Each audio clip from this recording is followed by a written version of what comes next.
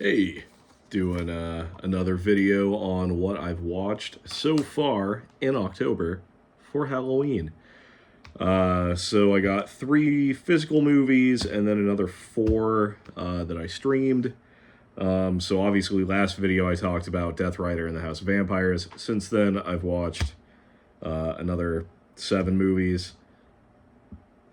So yeah, and then I have a couple on deck that I may or may not watch. I kind of don't want to plan it out. I sort of like, you know, every night or whatever, kind of being like, okay, I think that this sounds good, and just grabbing a random movie. So I don't know. I could have made a list of like, oh, here's the 31 movies I'm gonna watch, but I don't know.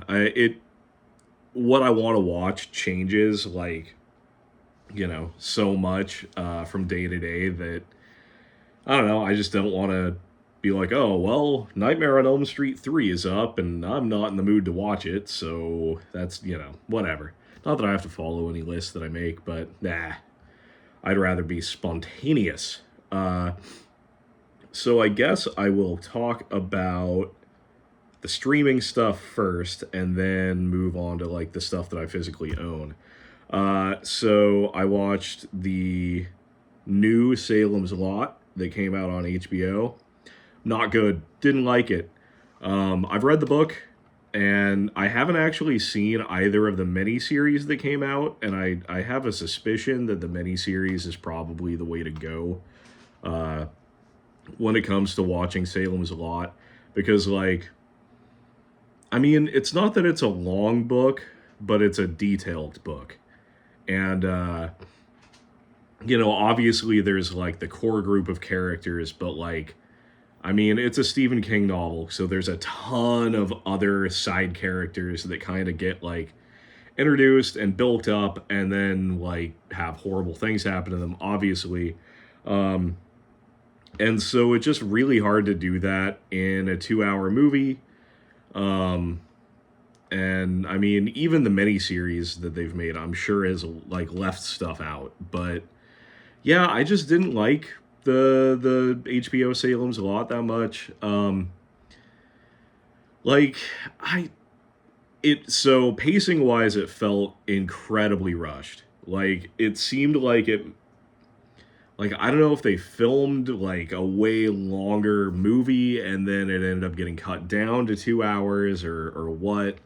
Um, but it just really felt like there were like significant time jumps throughout the movie, and not even really like necessarily time jumps, just like character development jumps and like oh, these two characters met and then in the next scene they're like chums, and it's like, okay, well, in the book I know that they like hung out a few times between that point and this point, and the movie just didn't show any of that, so it was a lot of like characters jumping to conclusions and just kind of, I don't know, it felt like all over the place in a way. And then I don't know, it's like the things they changed I wasn't a huge fan of.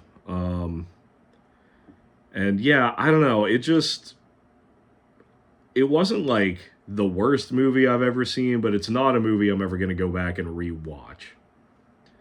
That's kind of where I'm at. Unfortunately, because I really liked the book Salem's Lot. I thought it was great. I do want to check out the mini series to like see if those are a bit better, but I don't know. It's tough to sit down and be like, let's go for 3 hours. Um, so I don't know. That being said, I was willing to do it for for like if this was a longer movie, I would have sat down and watched it. But I don't know. It just I can't really recommend it that much.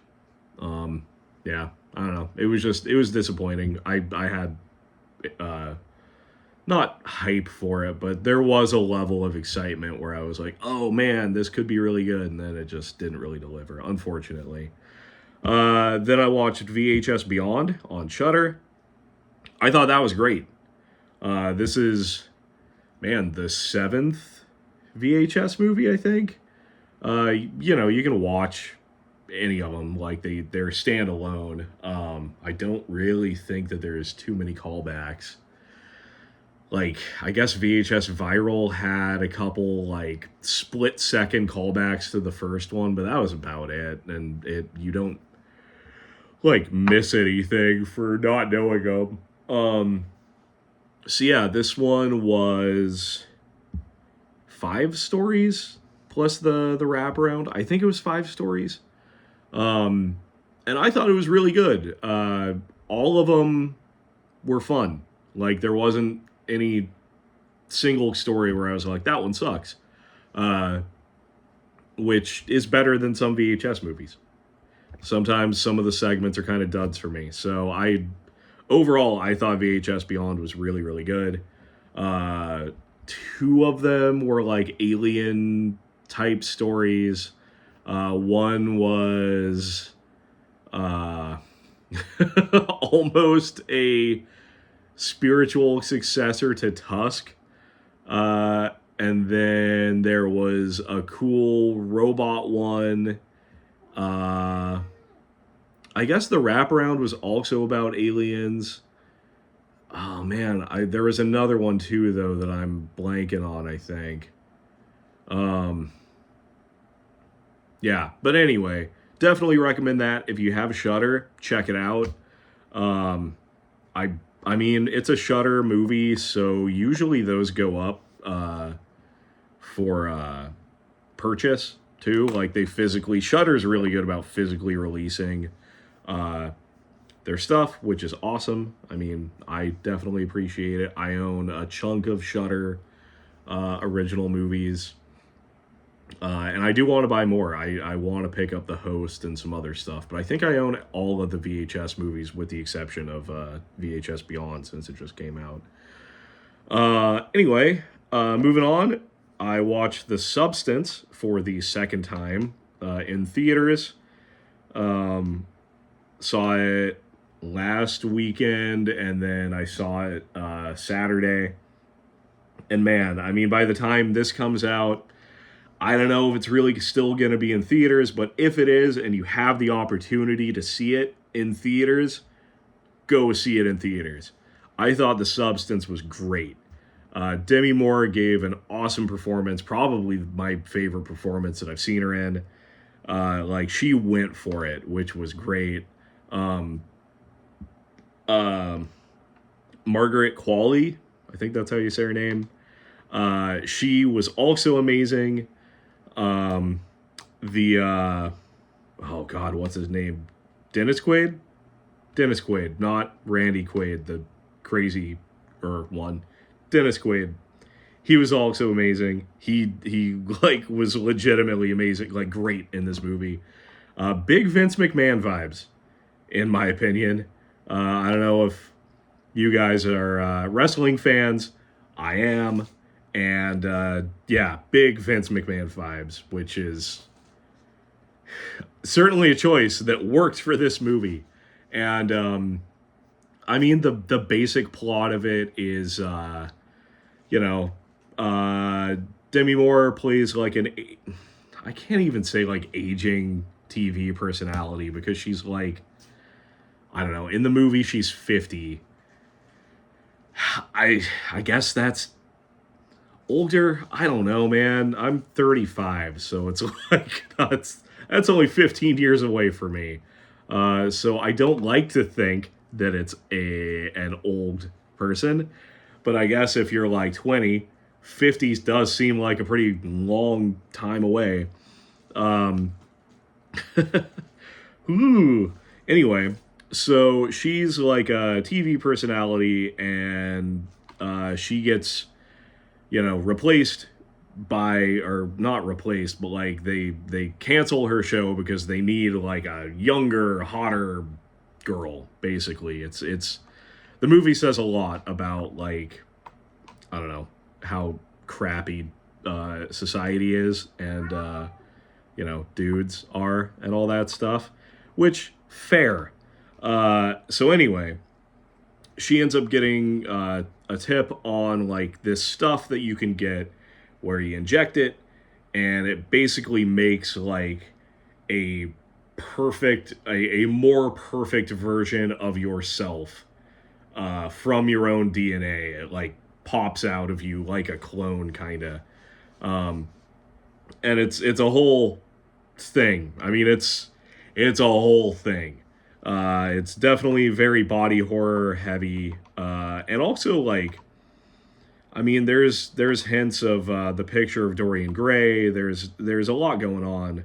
The stuff itself is like the same color as like the Reanimator juice, and all that. So I don't know. I thought it was great. Um, I mean, it starts off like a I don't know, like a bad.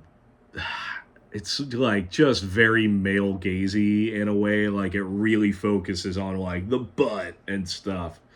And then by the end of the movie, it's a Guar video. So very fun. And also there is an extended scene. It's not even really extended. It feels like it lasts forever. Of Dennis Quaid eating shrimp, and it's genuinely horrible. It just not great, not great at all. So yeah, that's fun.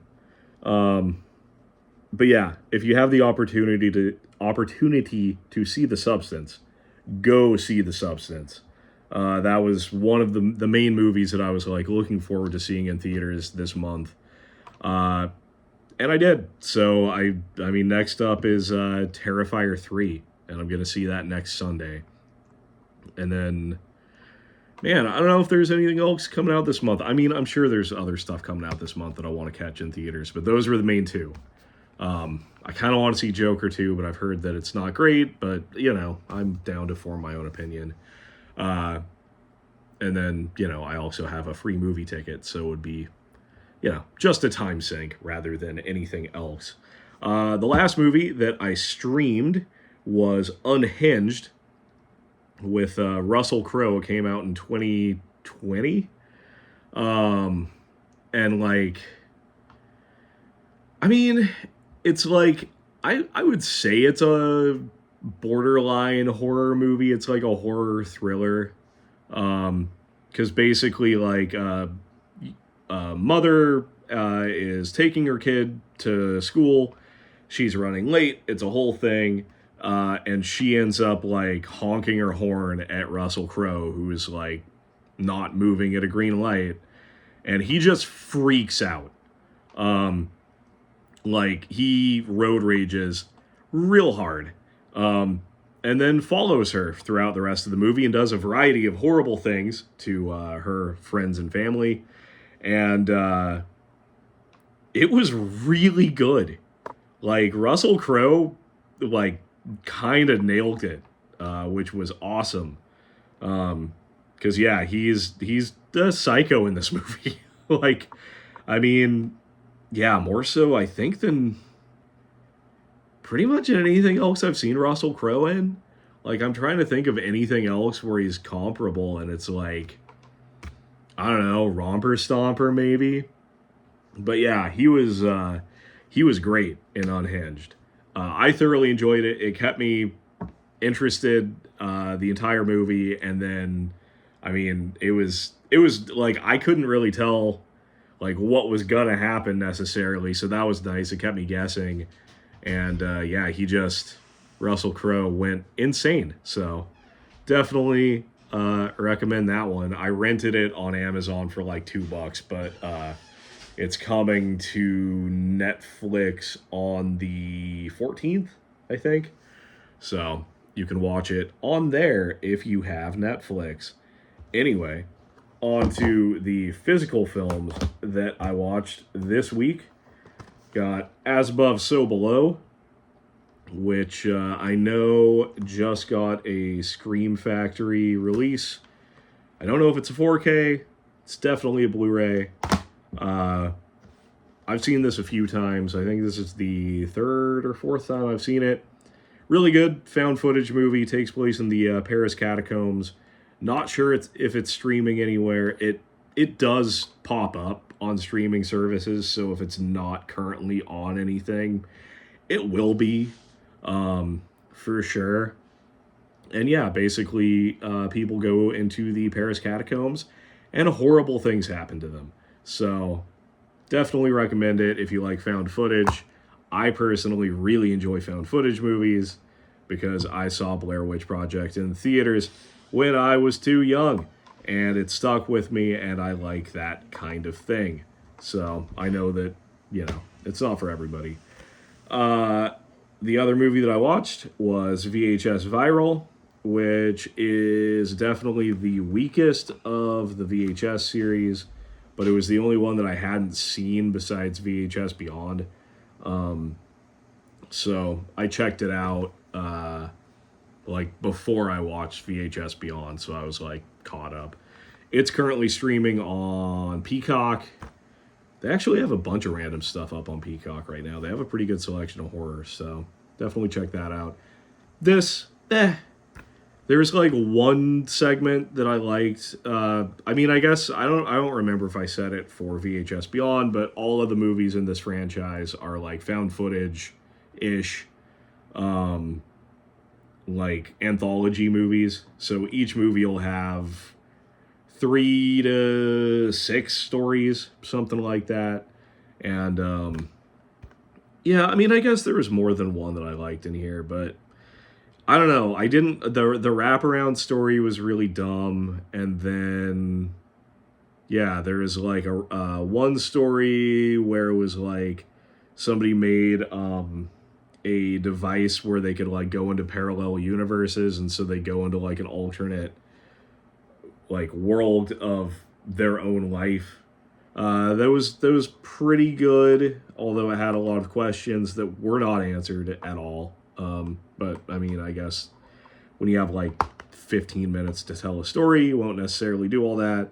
Then there is a story about like some skater kids that went to like Mexico and got involved with like a weird demon summoning ritual thing. That one was all right. And then I watched this movie like 3 days ago, and I don't remember the other segments. So yeah, it's a 2.5 out of 5, I suppose. It was okay. Then I watched Popcorn for the first time. Actually everything I watched this week, with the exception of The Substance and As Above, So Below, I had never seen before. A lot of blind watches, which is fun. Yeah, so I'd never seen Popcorn. Basically, a bunch of film students want to raise money, so they like decide to host a cheesy horror marathon in like a movie theater that they rent out and have to like renovate, kind of. And they're all like kind of gimmicky 50s-y or 50s-ish horror movies. So like one of them has like smell-o vision, or not smell-o-vision, but like, they release bad smells into the theater, and then one of them is in 3D, and one of them makes your seats vibrate, and it's all based on actual things that they did, which I thought was fun. The fake movies that they make for the screening were also very funny. But yeah, so they're doing that, and then they find this like other tape that some dude made it, like that's like an experimental film, and it like drives people crazy. And then that dude was thought to be dead, but he came back to kill people so that they would show this, or show his movie and all that stuff. So it was pretty fun. Like it had some pretty recognizable, not pretty recognizable, but I recognized at least two people in the movie.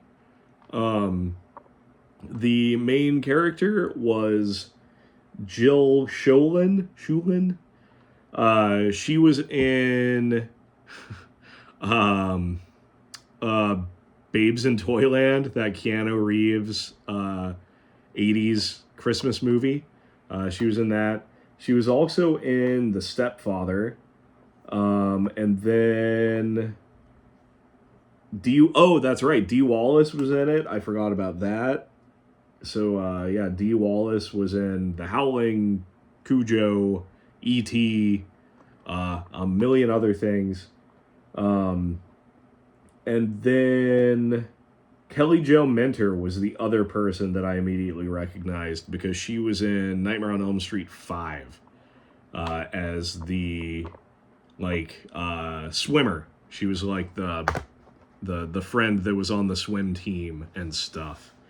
So yeah, overall it was fun. Definitely not the best movie I've ever seen. Um, but I liked the setting of it, and there was certainly a lot of twists. Not a whole lot of them made sense, but there was a lot of twists, so that was kind of fun too. Um, so yeah, that's what I watched this week. I have a stack right here of some potential movies that I'm maybe gonna watch. Um, I mean, not all of these are first watches. Some of them are though. So want to check out Body Bags because it's, I believe, the only John Carpenter movie that I haven't seen at this point.